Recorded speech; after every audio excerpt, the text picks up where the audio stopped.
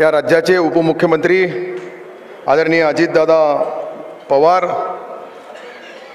माझे जुने आणि नवे नेते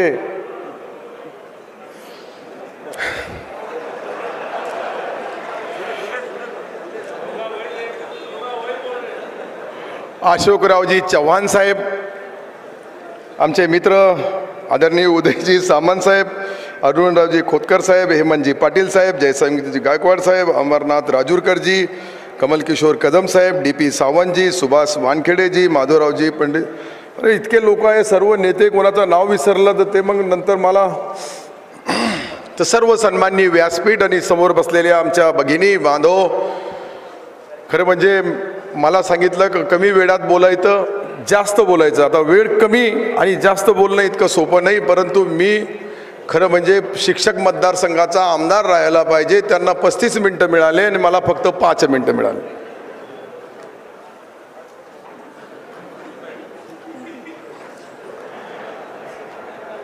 पण कमी ओव्हरमध्येही का होत नाही, शेवटचे रन काढायचे आपल्याला. ते बी रन कोणाचे काढायचे? एक चव्हाण साहेबाच्या साम्राज्यामध्ये दुसरे चव्हाण साहेबाचा प्रचार करायचा है. तुम्हारे खत में हमारा सलाम है, 1 नंबर का वोट मांगना है और उसके लिए खास मैं आया हूँ. 1 साल के बाद मेरा बैकलॉग है.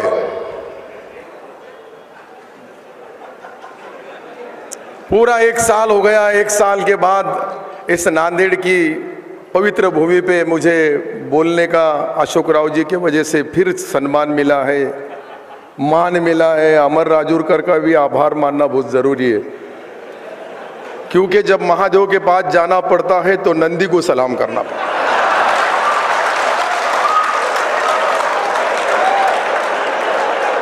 मैं उनको ही बोल रहा था.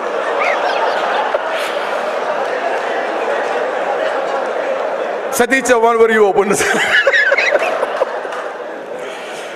तर आपल्या खरं म्हणजे मी सतीश चव्हाण साहेब हे किती कर्तव्यदक्ष आमदार आहे. गेल्या 12 वर्षाचा अनुभव माझ्या त्यांचा आणि माझा आहे. मी 21 वर्षापासून आमदार आहे. मी त्यांना अनेक वेळेस विधान परिषदेमध्ये